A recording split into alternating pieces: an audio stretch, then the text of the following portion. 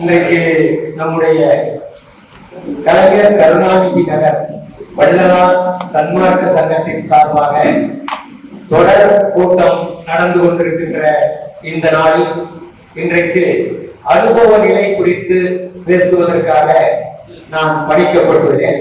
அந்த வகையிலே இதை கேட்பதற்காக வருகின்ற அத்தனை பேருடைய திருவடிகளையும் வள்ளல் பெருமானாரின் தெய்வ திருவடிகளாக நினைத்து போற்றி எனக்கு இட்ட பணியை செய்ய விளைகிறேன். எனக்கு கொடுத்திருக்கிற தலைப்பு அனுபவ நிலை. இந்த அனுபவ நிலையில அது கீழே 6ஆம் திருமுறை அப்படின்னு சொல்லிட்டாங்க. அப்ப 6ஆம் திருமுறையில அனுபவ நிலைன்னு ஒரு தலைப்புல 8 பாடல்கள் இருக்கு. அப்ப இந்த 8 பாடல்களில் என்ன சொல்லி இருக்கிறது, ஏன் சொல்லி இருக்கிறது என்பதை பற்றிய ஒரு சிந்தனை 3/4 மணி நேரம் நான் உங்களுக்காக கிட்டத்தட்ட ஒரு 7:40 வரைக்கும் 7:35 7:40 முடிக்கிற மாதிரி என்னுடைய சொற்பொழிவை நான் அமைத்துக் கொள்வேன். நீங்க இதுல 8 பாடல்கள் தான். நீங்க வள்ளல் பெருமான் இந்த பாடலை மொத்தம் 6ஆம் திருமுறையிலேயே ஒரு 150 தலைப்புகள்ல பாடல். அதுல மொத்தமே 3 தலைப்புகள்ல தான் 8 பாடல்கள். ஒண்ணு அண்டகம், அதுல 8 பாடல்கள். இன்னொன்னு அனுபவ நிலை, அதுல 8 பாடல்கள். இன்னொன்னு நீடிய வேதம் அப்படின்ற தலைப்புல அதுலயும் ஒரு 8 பாடல். எல்லாமே இந்த அனுபவத்தை சொல்லக்கூடியதாக இருக்கு. அப்ப அனுபவம்னா எதுனா இறை நிலையை நாம் அடைகின்ற விஷயம் இல்ல, அதுதான் அனுபவம். அந்த அனுபவத்துக்கு ஒரு நல்ல உதாரணமாக இருக்கின்ற ஒரு பாடல் எதுனா அருட்பெருஞ்சோதி அட்டகத்துல ஒரு பாடல்.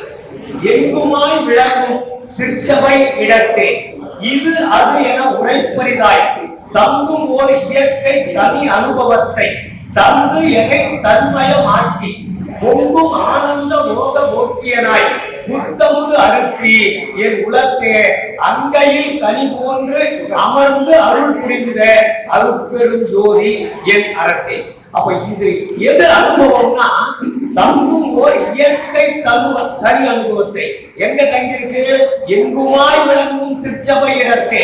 எல்லா இடத்திலும் மனித தேகத்திலே உள்ள குருவ மத்தியில இருக்கின்ற இந்த சிற்சபை இடத்தே இது அது என உரைப்பரிதாய் இதுதான் அல்லது அதிலேதான் கடவுள் இருக்கிறார் என்று சொல்ல முடியாத வகையில எல்லா இடத்திலும் தங்கும் ஓர் இயற்கை தனி அனுபவத்தை. இறைவன் இருப்பதே நமக்கு ஒரு தனி அனுபவம். அந்த அனுபவம் எதுனா சுத்த சன்மார்க்கத்தினுடைய லட்சியமே இந்த அனுபவத்தை பெறுதல்தான். அதுதான் கடவுள் நிலை உணர்ந்து கடவுள் மயமாகவே மாறுதல். இந்த அந்த கடவுள் நிலையறிந்து கடவுள் மயமாக மாறுதல் என்ற அனுபவம் பெறுகிறவன் அந்த அனுபவத்தை பற்றி தான் வள்ளல் பெருமான் அனுபவ நிலையை நமக்கு சொல்ற. அப்ப இது எல்லாம் சாதாரண உலகியல் நடைமுறை, மனிதர்களுடைய நிலை. இதையெல்லாம் கடந்து சரியை, கிரியை, யோகம், ஞானம் என்ற 4 நிலைகளிலே சரியை நிலை, கிரியை நிலை, யோக நிலை இதையெல்லாம் தாண்டி ஞான நிலைக்கு வந்து அந்த நிலைக்கு பிறகு அருள் நிலையை பெற்று இந்த அருள் நிலைதான் இறைநிலை, திருவருள் நிலை. இந்த நிலையை பெறுவது எப்படி என்பதை பற்றி சொல்லுவதுதான் இந்த அனுபவ நிலை. அததான் எங்குமாய் விளங்கும் சிற்சபை இடத்தே இது அது என உரைப்பரிதாய் தங்கும் ஒரு இயற்கை தனி அனுபவத்தை தந்து என்னை தன்மயமாக்கி கடவுளும் நாமும் வேறு வேறு அல்ல என்று தன்மயமாக்கி கொள்ளக்கூடிய விஷயம் இருக்குதே அதுதான் தனி அனுபவம். அந்த பொங்கும் ஆனந்த மோக போக்கியனாய் புத்தமுது அருத்தி என் உலகே அங்கையில் கனி போன்று அமர்ந்து அருள் புரிந்த அருட்பெருஞ்சோதி அருளே. நம்முடைய உள்ளங்கையிலே கிடைத்த ஒரு வெள்ளிக்கனி போன்று நமக்குள்ளே இருக்கின்ற அருட்பெருஞ்சோதி ஆண்டவரை அவரும் நாமும் ஒன்றாக கலக்கின்ற அனுபவம் தான் அனுபவ நிலை என்பதை அட்டகத்துல நமக்கு தெளிவா எடுத்து சொல்லியிருப்பார்.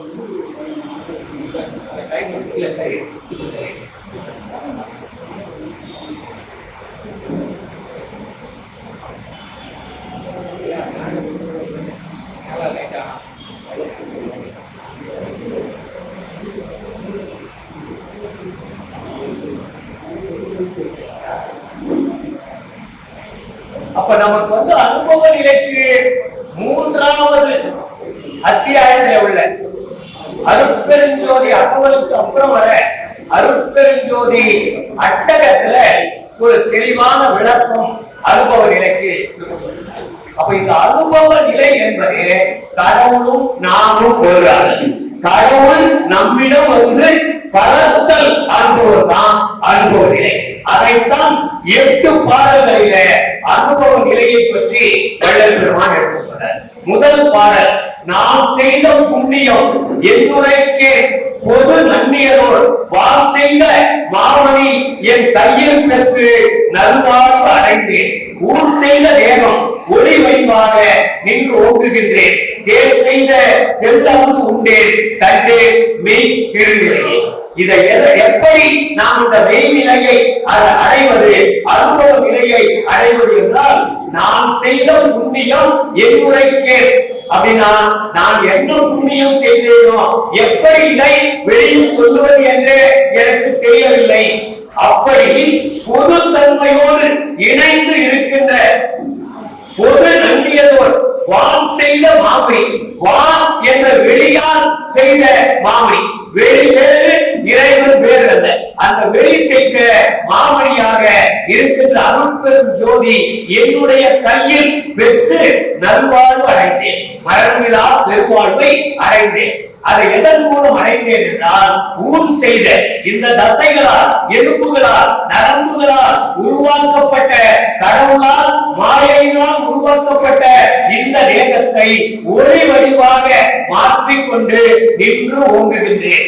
தேர் செய்த தேரால் செய்யப்பட்ட தெல்லமுது உண்டேன் கண்டேன். அமுது என்பதுதான் இறைவனுடைய திருவருள். இந்த இறைவனுடைய திருவருள் நமக்கு கிடைத்து விட்டால் அதனால் கண்டேன் மெய் திருநிலையே என்று இந்த பாடல்ல வள்ளல் பெருமான் சொல்றார். அப்ப நான் இப்படிப்பட்ட நிலையை அடைவதற்கு, இறைவனாக இருக்கின்ற அருளாக இருக்கின்ற இந்த அமுதத்தை பெறுவதற்கு என்ன புண்ணியம் செய்தேனோ என்று வள்ளல் பெருமான் தன்னைத்தானே வியந்து போற்றிக் கொள்ளுகின்ற பாடல் இது. அப்படிப்பட்ட நிலைக்கு நாம் ஒவ்வொருவரும் வர வேண்டும். அதற்கு இந்திரிய ஒழுக்கம், கரண ஒழுக்கம், ஜீவகாருண்ய ஒழுக்கத்திலே மேலோங்கியவர்களாக மாறும் பொழுது இந்த புண்ணியம் வள்ளலார் நினைத்து போற்றி பெருமைப்பட்டுக் கொள்கின்ற பெருமிதம் அடைகின்ற புண்ணியத்தை நாமும் பெற்றவர்களாக ஆவோம். அப்படி அந்த செயல்களை எல்லாம், ஜீவகாருண்ய செயல்களை எல்லாம் செய்தால்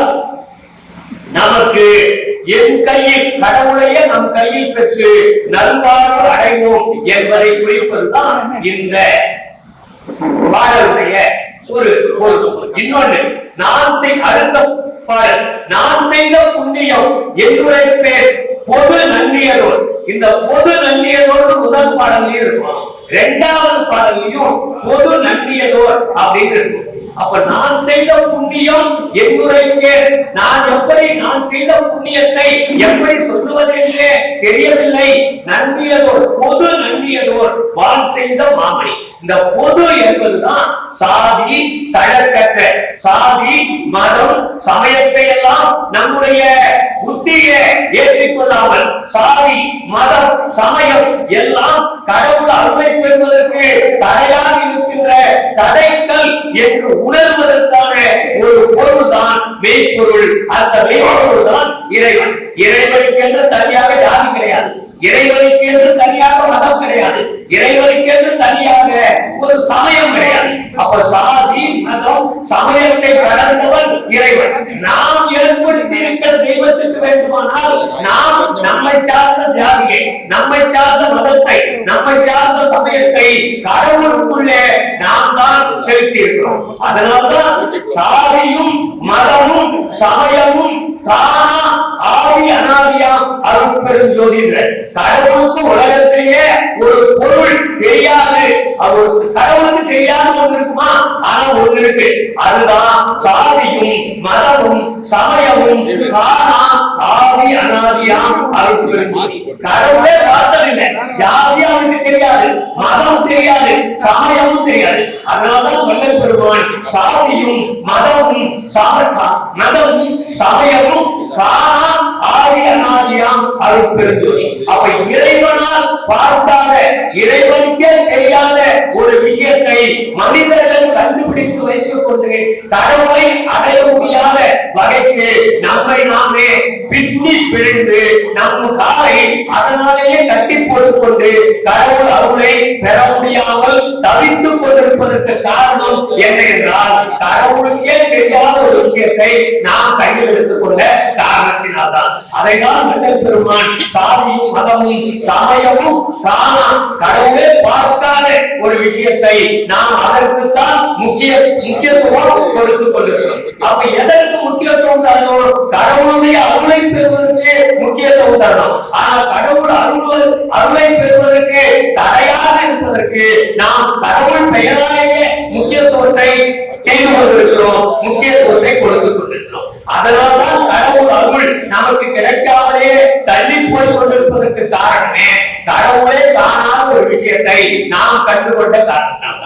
அதனால்தான் இதையெல்லாம் பொது நன்றியவர் அப்படின்னு கடவுளுக்கு பொது என்ற தன்மையோடு பொருந்தியவர் கடவுள். பொது என்றால் சாதி அற்ற, மதமற்ற, சமயமற்ற, எந்த வேறுபாடும் இல்லாம, எந்த வேதமும் இல்லாம உலகத்தில் இருக்கிற அத்தனை உயிரையும் ஒரே தரத்தில் வைத்து பார்க்கக்கூடியவர் கடவுள். அதனால்தான் கடவுளுக்கு பொது என்று பெயர்.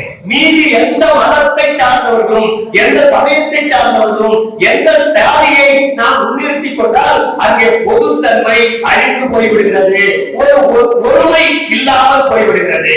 அந்த நிலையில் தான் பொது நன்றியதோர் அந்த பொதுத்தன்மை நம்மோடு சேர்ந்து பொருந்தி இருக்க வேண்டும். அப்படி பொதுத்தன்மையோடு வான் செய்த மெய்ப்பொருள். இந்த வான் செய்த மெய்ப்பொருள்னா வெளியிலே உருவாக்கப்பட்ட, தானே உருவான, சுயம்புவாக உருவான மெய்ப்பொருளாக இருக்கின்ற இறைவனை என் கையில் பெற்று மெய்வாழ் வளர்த்தேன். நாம் கடவுள் நம்முடைய கைக்கு வர வேண்டும். அது எப்படி வரும்? அன்பெனும் கரத்தில் அமர்ந்த கடவுள்.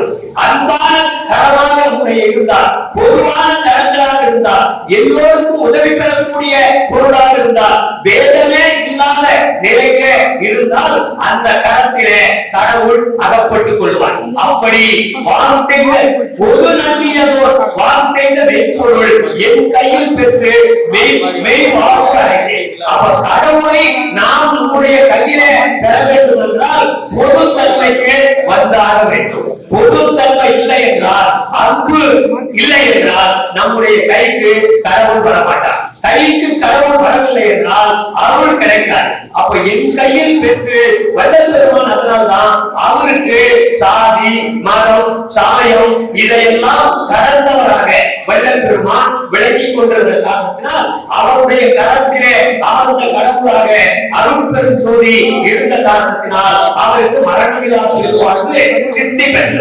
கோடு செய்த பற்பல கோடி அண்டங்களும், கோடி என்பது இங்கே இறைவனை குறிக்கும். அருள் பெருஞ்சோதி ஆண்டவர் எண்ணிக்கையை இல்லாமல் கோடு செய்த பற்பல கோடி அண்டங்களை கடவுள் தான் உருவாக்குறார். அப்படி அந்த அண்டங்களும் கூட அவற்றில் தான் செய்த பிண்டம் பகுதியும் நான் செய்த செய்ய தந்தனே. அப்ப கடவுள் மரணமில்லா பெருவாழ்வு நமக்கு அளிக்கிறார் என்றால் இந்த பொதுத்தன்மையோடு நாம் இருந்தால் அது கிடைக்கும். பொதுத்தன்மையோடு இருந்தால் இன்னும் என்ன கிடைக்கும் என்றால், கோடு செய்த கடவுள் உருவாக்கிய பல கோடி அண்டங்கள் இருக்கிறது.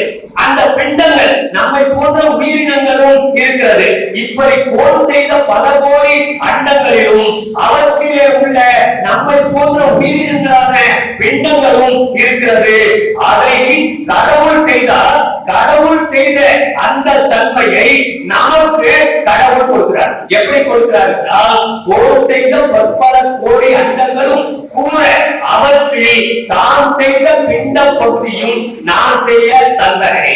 இந்த பிண்ட பகுதிகளை உருவாக்குவது, படைத்தல், காத்தல், அழித்தல், அழைத்தல், அருளல் என்ற 5 தொழில்களும் கடவுள் செய்யக்கூடியது. ஆனால் கடவுள் தன்மை நமக்கு வரும்பொழுது கடவுளாகவே நாம் மாறும் பொழுது கடவுளாக மாறுவதற்கு முதலிலே பொது தன்மை வேண்டும். அதைத்தான் வள்ளல் பெருமான் மிக அழகாக ஆன்ம நிலைய ஒருமைப்பாட்டு உரிமை அதற்கு பெயர் வைத்திருப்பார். பொதுத்தன்மை என்றால் ஆன்ம நேயம் உடையவர்களாக நாம் ஒவ்வொருவரும் மாற வேண்டும். இந்த ஆன்ம நேயம் இருந்தால் பொதுத்தன்மை வரும். பொதுத்தன்மை வந்தால் கடவுள் நிலை அறிந்து அம்மயம் ஆகலாம். அப்போ பொதுத்தன்மை எப்பொழுது வரும் என்றால் எது எதையெல்லாம் நமக்கு பிற உயிரினங்களுக்கு தடையாக இருக்கிறது, சக மனிதர்களுக்கு தடையாக இருக்கிறது, அதையெல்லாம் போக்கிக் கொள்ள வேண்டும். அப்படி போக்கிக் கொண்டால் தாம் செய்த பிண்ட பகுதியும் நான் செய்ய தந்தனே. அப்ப கடவுள் எப்படி உயிர்களை உருவாக்குகிறாரோ அந்த படைத்தல் தொழில் செய்கிறாரோ அந்த படைத்தல் தொழிலை நாமும் செய்வதற்கு அந்த ஆற்றலை நமக்கு கொடுக்கிறார். வள்ளல் பெருமான் பலவேறு அறவல் பாக்களிலே இதை சொல்லியிருப்பார். ஐந்தொழில் ஆற்றலை எனக்கு கொடுத்தாய். அவர் கடவுள் நிலையறிந்து கடவுள் மயமாக ஆவது என்றால் என்ன பொருள் என்றால் கடவுள் என்னென்னலாம் செய்து கொண்டிருக்கிறாரோ அத்தனையும் நாமும் செய்வோம். கடவுள் எதையெல்லாம் பாகுபாடாக பார்க்கவில்லையோ அதனையெல்லாம் நாமும் பாகுபாடாக பார்க்க மாட்டோம். அதைத்தான் நான் செய்த கடவுள் செய்த பிண்ட பகுதியையும் நான் செய்ய தந்தனே.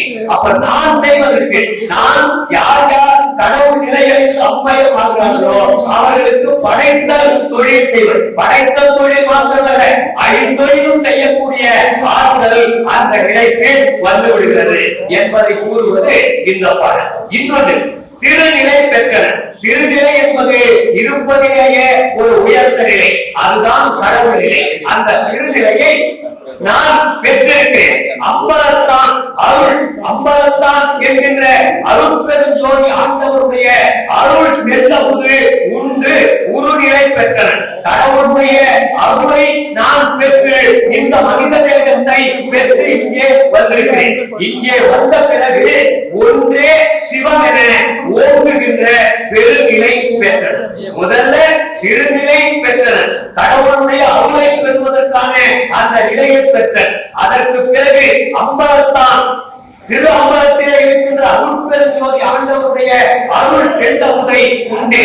அந்த அருள் அமுதத்தை பெற்றுக் கொண்டேன். ஒன்றே சிவமென ஓங்குகின்ற பெருநிலை பெற்றேன். அப்ப அருள் பெருஞ்சோதி நிலையை அடைந்ததான் ஒன்றே சிவமென ஓங்குகின்ற பெருநிலை பெற்றேன். இந்த பெருநிலையை பெறுவதற்கு நான் கடைபிடிக்கக்கூடிய வழி என்னவாக இருந்தது என்றால் சுத்த சன்மார்க்கம் பிடித்து நின்றேன். சுத்த சன்மார்க்க நிலை ஒன்றுதான் கடவுள் நிலையிலிருந்து அம்மயம் ஆவதற்கு வழி சொல்லும். சுத்த சன்மார்க்க நிலை ஒன்றுதான் பொது தன்மையை நமக்கு வலியுறுத்தும். சுத்த சன்மார்க்கம் ஒன்றுதான் சாதி மதம் சமயத்தை கடத்த சொல்லி நமக்கு சொல்லித் தரும்.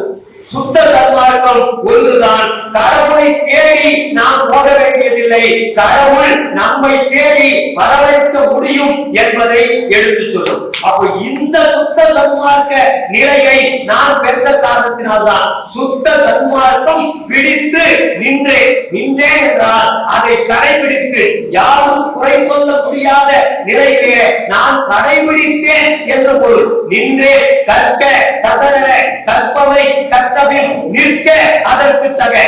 நிற்க அதற்கு தகை என்றால் அதிலே என்ன சொல்லி இருக்கிறது? எதை படித்தோம், படித்ததுபடி நாம் நடக்கிறோமா என்பதைத்தான் நடக்கிறேன் என்பதை சொல்லுவதுதான் நின்றே என்று பொருள். அப்ப சுத்த சன்மார்க்கம் பிடித்து நின்றேன். சுத்த சன்மார்க்கத்துல இருப்பது ஒன்று, இருந்து நடப்பது ஒன்று. அப்ப சுத்த சன்மார்க்கத்திலே இருந்து அதை செயல்படுத்த வேண்டும். அதைத்தான் சுத்த சன்மார்க்கம் பிடித்து நின்றேன். அதுல ரெண்டு நிலை இருக்குது. ஒன்று இருநிலை. இதுல ரெண்டுன்றது நம்பர் இல்ல. இருநிலை என்பது ஒரு எண்ணிக்கை கிடையாது.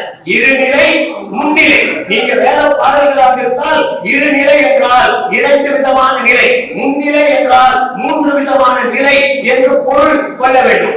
ஆனால் இந்த பாடலிலே இருநிலை என்பது இருந்த நிலை, இருக்கின்ற நிலை என்று பொருள் கொள்ளும். அப்ப இந்த இருந்த நிலை, இருக்கின்ற நிலை, அதற்கு பிறகு முன்னிலை என்பது இறைவனுக்கு முன்னால் நாம் இறைவனோடு ஒன்றாக கலப்பதற்கு உரிய தருணம். இது நல்ல தருணம், அருள் செய்ய இது நல்ல தருணம் என்று சொல்லக்கூடிய அந்த நிலையில கடவுளும் நாமும் எதிரும் புதிருமாக நம்மை அழைத்துக் கொள்வதற்கு வாட்டமாக கடவுளுக்கு முன்பாக நாம் இருக்கின்ற நிலைதான் முன்னிலை. கடவுளுக்கு இருக்கின்ற முன்னாக இருக்கின்ற முன்பாக இருக்கின்ற நிலை. நாம் இருந்த நிலையையும் இந்த கடவுளுக்கு முன்பாக இருக்கின்ற நிலையும் எல்லா நிலையும் எனக்கானது, எனக்கு உலவே எனக்கானது. அப்ப இந்த இரு நிலை, இருந்த நிலை, இருக்கின்ற நிலை போய் இதை சுத்த சன்மார்க்க நிலையிலிருந்து ஏற்கனவே இருந்த நிலை இப்பொழுது சுத்த சன்மார்க்கத்தில் இருக்கின்ற நிலை,